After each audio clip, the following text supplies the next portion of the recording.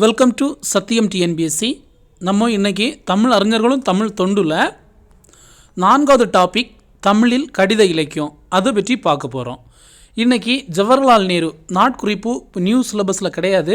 ஜவஹர்லால் நேரு, மகாத்மா காந்தி இந்த 2 பேரை பற்றி நம்ம பார்ப்போம். அடுத்த கிளாஸில் வரதராஜனையும் பேரறிஞர் அண்ணாவையும் பார்த்துடலாம். இப்போது இந்த டாப்பிக்லேருந்து என்னென்ன கொஸ்டின் நம்ம வந்திருக்குன்னு பார்க்கலாம். இங்கே பாருங்கள், 99வது கொஸ்டின். இது என்னைக்கு கேட்டதுன்னா குரூப் 4ல் கேட்டது. 2022 குரூப் 4ல் கேட்டது. பொங்கல் புது நாளின் மாண்பினை எந்த இதழ் மூலம் அண்ணா விளக்கினார்னு கொஸ்டின் கேட்டிருக்கு. ஆப்ஷன் பி காஞ்சி. ஸோ இது நம்ம இன்றைக்கி பார்க்கலாம். அடுத்த கொஸ்டின், இது 100வது கொஸ்டின். இது குரூப் 2ல் 2022 குரூப் 2ல் கேட்ட கொஸ்டின்.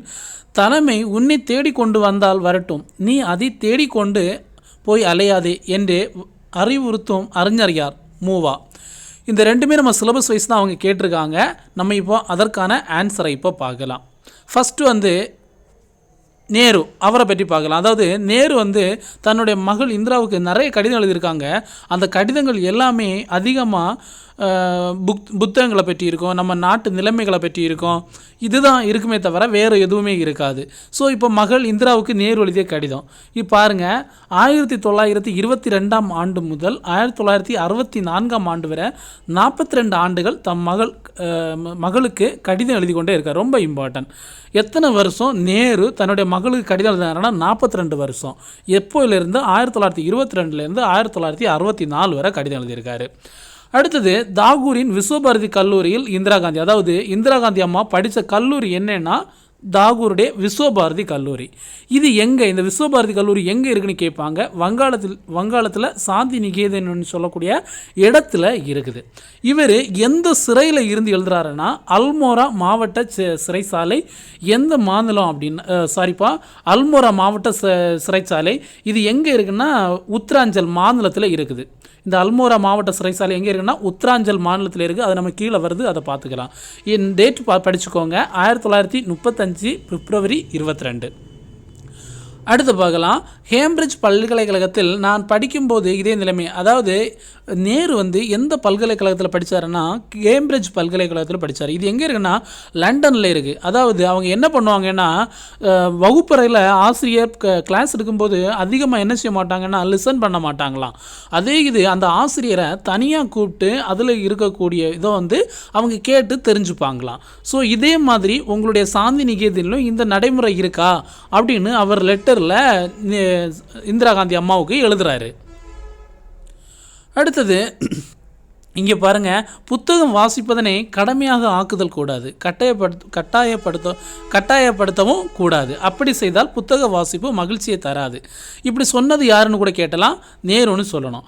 அதுக்கப்புறம் ஷேக்ஸ்பியர், அதாவது அப்படி செய்தால் புத்தக வாசிப்பு மகிழ்ச்சியை தராது, வெறுப்பையே உண்டாக்கும். அது மட்டுமன்று எந்த புத்தகத்தையும் வாசிக்க ஆசை வராது. இது ஜஸ்ட் ரீட் பண்ணி வச்சுக்கோங்க. ஷேக்ஸ்பியர், மில்டன் முதலானோர் எவ்வளவு அற்புதமான ஆங்கில படைப்பாளி கேட்பாங்க. ஷேக்ஸ்பியர், மில்டன் இவங்க ஆங்கில படைப்பாளியா ரஷ்ய படைப்பாளி அப்படின்னு கேட்கலாம். ஆங்கில படைப்பாளின்னு சொல்லணும். அதுக்கப்புறம் பிளேட்டோவின் புத்தகங்கள் சுவையானவை. அதாவது நேரு சொல்கிறாரு, பிளேட்டோனுடைய புத்தகங்கள் சுவையானவை, சிந்தனையை தூண்டுபவை. கிரேக்க நாடகங்கள் தம் ஆர்வத்தை தூண்டுபவை அப்படின்னு சொல்லணும். இதுக்கு முன்னாடி கேட்ட கொஸ்டின் தாங்க இப்போது 2019 அந்த சமயத்தில் கேட்டதான் காளிதாசருடைய சாகுந்தலம்.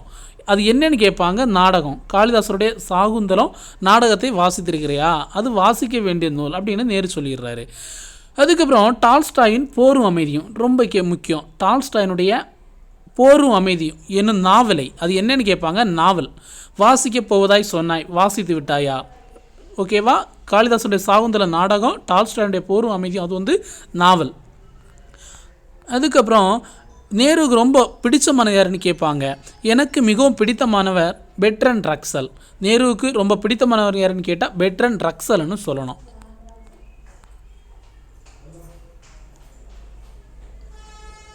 கேம்பிரிட்ஜ் இது எங்கே இருக்கக்கூடியதுன்னா இங்கிலாந்தில் இருக்கக்கூடிய பல்கலைக்கழகம். ஷேக்ஸ்பியர் அவர் ஆங்கில நாடக ஆசிரியர். மில்டன் ஆங்கில கவிஞர். பிளேட்டோ கிரேக்க சிந்தனையாளர். காளிதாசர் வடமொழி நாடக ஆசிரியர். டால்ஸ்டாய் ரஷ்ய நாட்டு எழுத்தாளர். பெர்னாட் ஷா ஆங்கில நாடக ஆசிரியர். பெட்ரன் ரக்சல் வந்து சிந்தனையாளர், கல்வியாளர். அல்மோரா சிறைசாலை இது எங்கே இருக்குன்னா உத்தராஞ்சல் மாநிலத்தில் இருக்குது. கிருபாலினி வந்து விஸ்வபாரதியில் பணிபுரிந்த பேராசிரியர். ஸோ இவ்வளோதையும் கட்டாயம் படிச்சிடணும். இனி வந்து காந்தியடிகள். இவர் வந்து குஜராத்தில் 2/10/1917 ஒரு மேடையில் பேசுகிறாரு. அதுதான் நமக்கு ஒரு கடிதம் மாதிரி தந்திருக்காங்க குஜராத் மாநிலத்தில். அதாவது அவர் என்ன சொல்கிறாருன்னா, பயிற்று மொழியை பற்றி நிறைவான தெளிவான ஒரு முடிவுக்கு வருவது தான் கல்வி கற்பதில் நாம் செய்ய வேண்டிய முதற் செயல். பயிற்று மொழியை குறித்து சிந்திக்காமல் கல்வி கற்பது அடித்தளம் இல்லாமல் கட்டிடத்தினை எழுப்புவதனை போன்றது. இப்படி கொடுத்துக்கிட்டு இது யாருன்னு கேட்கலாம், காந்தின்னு சொல்லணும். அடுத்தது கவி ரவீந்திரநாத் தாகூரின் ஈர்ப்பான இலக்கிய நடையின் உயர்வுக்கு காரணம் ஆங்கிலத்தில் அவருக்கு இருந்த அறிவு மட்டுமன்று தம்முடைய தாய்மொழியின் மீது அவருக்கு இருந்த பற்றுதலும் தான் அப்படின்னு சொல்லியிருக்காரு. முன்சீராம் பேசும்போது குழந்தைகள், ஆண்கள், பெண்கள் அனைவரும் மிகுந்த ஈடுபாட்டுடன் கேட்கிறார்கள். அதற்கு காரணம் அவர் தம் தாய்மொழி அறிவே. உயர்ந்த மனம் படைத்த மதன் மோகன் மாளவியாவின் ஆங்கில பேச்சு வெள்ளியை போல ஒளிராவிட்டாலும் அவரது தாய்மொழி பேச்சு தங்கத்தை போன்று ஒளி வீசுகிறது அப்படின்னு சொன்னது யாருன்னு கேட்பாங்க, காந்தி.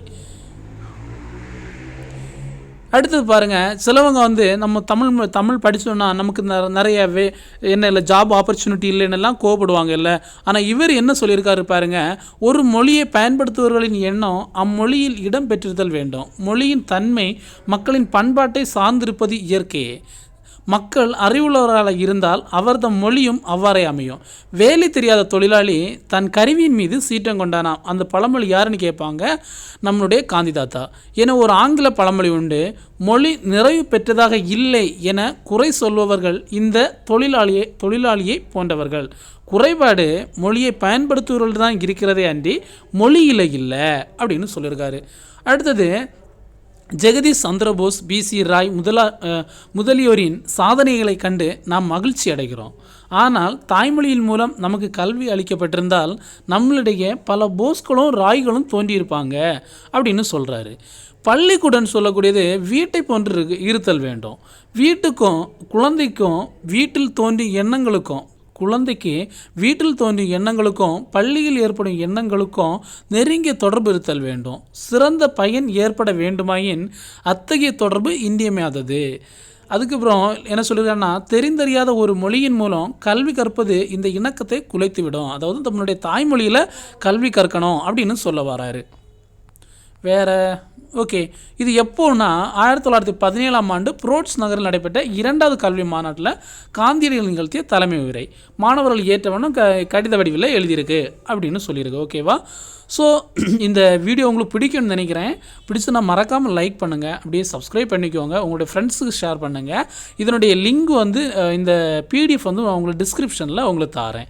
இனி தமிழ்நாட்டில் காந்தி, இவரை பற்றி பார்ப்போம். இவர் 1919 பிப்ரவரி மாதம் காந்தியடிகள் சென்னைக்கு வராரு. அப்போது அந்த சமயத்தில் ஆங்கில அரசு ரவுலட் சட்டத்தை நடைமுறைப்படுத்தி இருந்தது. அதனை எதிர்த்து பெரிய போராட்டத்தை நடத்த காந்தியடிகள் திட்டமிடுறாரு. அதை பற்றிய கலந்தாய்வு கூட்டம் ராஜாஜியின் வீட்டில் நடைபெறுது. காந்தியடிகள் அங்கு ஒரு மெத்தையில் அமர்ந்திருக்காரு. அவருக்கு அருகில் ராஜாஜியும் மற்ற தலைவர்களும் நின்று கொண்டிருக்காங்க. ஓகேவா? அப்போது அந்த சமயத்தில் பாரதியார் விரைந்து வந்து காந்தியடிகளுக்கு அருகில் அமர்ந்து, திரு காந்தி அவர்களே, நான் இன்று மாலை ஒரு பொதுக்கூட்டத்துக்கு ஏற்பாடு செய்துள்ளேன். அதற்கு தாங்கள் தலைமை தாங்க முடியுமா என்று பாரதி கேட்குறாரு. இன்று காந்தி ஒன்று என்ன சொல்கிறேன்னா, இன்று எனக்கு வேறு பணி இருக்கிறது, உங்கள் பொதுக்கூட்டத்தை நாளை நடத்த முடியுமா அப்படின்னு காந்தி தாத்தா கேட்குறாரு. அது முடியாது, திட்டமிட்டபடி கூட்டம் நடக்கும், தாங்கள் தொடங்க போகும் இயக்கத்துக்கு என் வாழ்த்துகள் அப்படின்னு காந்தி தாத்தா நம்மளுடைய பாரதியார் சொல்லிக்கிட்டு போயிட்டார். உடனே காந்தி தாத்தா கேட்குறாரு, இவர் யார் என்று காந்தி வந்து வியப்புடன் கேட்டுறாரு. இவர் எங்கள் தமிழ்நாட்டு கவிஞர்னு ராஜாஜியும் சொல்கிறார். அப்படியா, இவரை பத்திரமா பார்த்துக்க வேண்டும் அப்படின்னு காந்தி வந்து திரும்ப என்ன சொல்கிறாருன்னா பதில் கொடுக்குறாரு. இந்நிகழ்ச்சியின் மூலம் பாரதியார் பற்றிய காந்தியடிகளின் மதிப்பீட்டை அறியலாம். அடுத்தது 1921 செப்டம்பர் மாதத்தில் காந்தியடிகள் திரும்ப தமிழ்நாட்டுக்கு வராரு. அப்போது புகைவண்டியில் ட்ரெயினில் மதுரைக்கு போகிறாரு. செல்லும் வழியில் பெரும்பாலான மக்கள் இடுப்பில் ஒரு துண்டு மட்டுமே அணிந்திருப்பதை பார்க்குறாரு. அப்போது காந்தியடிகள் நீளமான வேட்டி, மேல் சட்டை, பெரிய தலைப்பாகை அணிவதை வழக்கமாக வச்சுருவார். ஏன்னா அவர் ஒரு பெரிய ரிச் ஃபேமிலி, அதுதான் வழக்கமாக வச்சுருக்கிறாரு. உடனே பெரும்பாலான இந்தியர்கள் போதிய உடைகள் இல்லாமல் இருக்கிறார்கள். தான் மட்டும் இவ்வளவு துணியை அணிவதா என்று சிந்திக்கிறாரு. அன்று முதல் வேட்டியும் துண்டு மட்டுமே அணிய தொடங்குறாரு. அவரது தோற்றத்தில் மிகப்பெரிய மாற்றத்தை ஏற்படுத்திய பெருமை தமிழ்நாட்டுக்கு உண்டு. அந்த கோலத்திலேயே தம் வாழ்நாள் முழுவதும் இருக்கிறாரு. உலகம் போற்றிய எளிமையின் திருக்கோலம் அதுவோ. அதாவது இந்த காந்திதாதா இப்படி மாறுறதுக்கு, அதாவது வேட்டியும் துண்டுமாக மாறுறதுக்கு முக்கியமான காரணமே நம்மளுடைய தமிழ்நாடு, அதுவும் மதுரை. அடுத்தது காந்தியடிகள் ஒரு நாள் காரைக்குடியை சுற்றியுள்ள ஊர்களில் சுற்றுப்பயணம் செய்கிறாரு. அப்போது கானாடு காத்தான ஊரில் உள்ள ஆளுக்கு வீட்டில் தங்கி இருக்கார். அவருக்கு வீட்டில் ஃபுல்லாக வெளிநாட்டு அலங்கார பொருட்களால் சூப்பராக அலங்கரித்து வச்சுக்கிறாரு. காந்தியடிகள் அவர்கிட்ட என்ன சொல்கிறாருன்னா, உங்கள் வீட்டை வெளிநாட்டு பொருட்களால் அழகு செய்திருக்கீங்க, அதற்கு செலவு செய்த பணத்தில் 10ல் 1 பங்கு பணத்தை என்னிடத்துல நீங்கள் கொடுத்தீங்கன்னா போதும், இதை விட நான் என்ன செய்திருவேன், அழகாக உங்களுக்கு வீடை அழகுபடுத்தி தருவேன் அப்படின்னு சொன்னார். அதை கேட்ட அந்த அன்பர் என்ன பண்ணிட்டாருன்னா தலையை குறிஞ்சிட்டார். இன்னி ஒரு நாள் என்ன செய்கிறாருன்னா, காந்திதாத்தா வரும்போது அவருக்கு வீட்டில் அந்த வெளிநாட்டு பொருட்கள் எதுவுமே இல்லை. அடுத்தது பாருங்கள், காந்தியடிகள் ஒரு முறை மதுரையில் தங்கியிருக்காரு. மீனாட்சி அம்மன் கோவிலுக்கு சென்று வரலாம் அப்படின்னு தலைவர்கள் கேட்குறாங்க.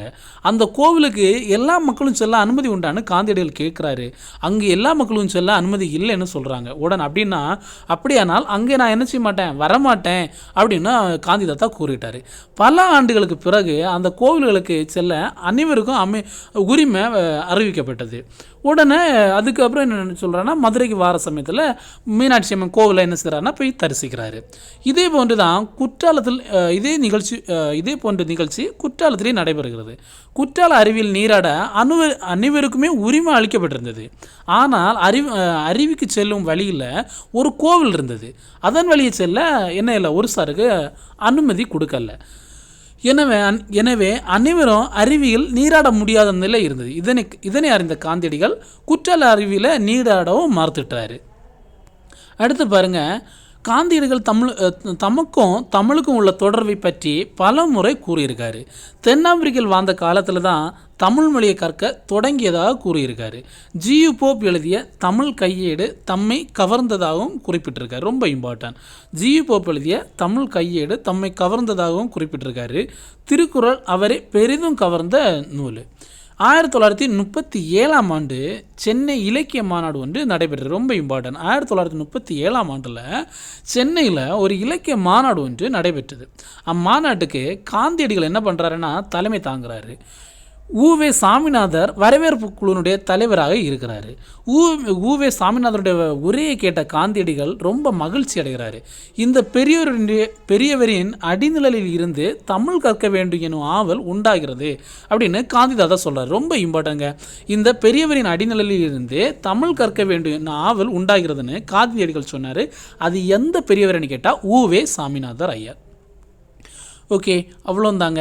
அது காந்தியடிகள் உடை அணிவதில் மாற்றத்தை ஏற்படுத்திய ஊர் எதுன்னு கேட்டால் மதுரை. காந்தியடிகள் டேஸ் அடிநிலையில் இருந்து தமிழ் கற்க வேண்டும் என விரும்பினார் உவே சாமிநாதர் ஐயர். ஓகே, அடுத்தது போன குரூப் 3 நீங்கள் எக்ஸாம் எழுதியிருப்பீங்கன்னு நினைக்கிறேன்.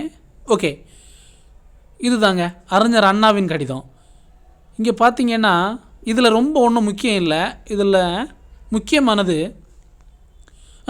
தமிழர் திருநாள் தை முதல் நாளாம், அமிழ்தனை இனிக்கும் பொங்கல் திருநாள், உழைப்பின் உயர்வை உணர்த்தும் பெருநாள், சளைப்பில்லா முயற்சி தரும் பயன் பெற்று புதுமை இன்பம் பூணும் நன்னாள் அப்படின்னு சொன்னாருன்னா முடியரசன். ரொம்ப இம்பார்ட்டன்ட். அடுத்து நம்ம அங்கே பார்த்தோம் இல்லை ஒரு இதில் அந்த கொஸ்டினில், அது இங்கே இருக்குங்க. நான் ரவுண்டு போட்டு வச்சுருக்கேன் பாருங்கள். இத்தகு திருநாள் அன்று என்னால் இயன்ற அளவு கருத்து விருந்து அளித்துள்ளேன். எது மூலம்னா காஞ்சி இதழ் மூலம், மற்றவற்றுடன் இதனையும் பெற்று மகிழ்ந்திருப்பாய். ஓகேவா, ரொம்ப இம்பார்ட்டன்ட். இந்த பொங்கல் திருநாளன்று அண்ணா எந்த இதழ் மூலம் இது பண்ணாருன்னு கேட்டால் காஞ்சி இதழ்னு சொல்லணும். அடுத்தது ஓகே ஃப்ரெண்ட்ஸ், இந்த வீடியோ உங்களுக்கு பிடிச்சிருக்குன்னு நினைக்கிறேன். மறக்காமல் சப்ஸ்கிரைப் பண்ணிக்கோங்க, லைக் பண்ணுங்கள், கமெண்ட் போடுங்க. இந்த பிடிஎஃப் வந்து நான் உங்களுக்கு டிஸ்கிரிப்ஷனில் தரேன். ஓகே, தேங்க்யூ ஃப்ரெண்ட், பாய்.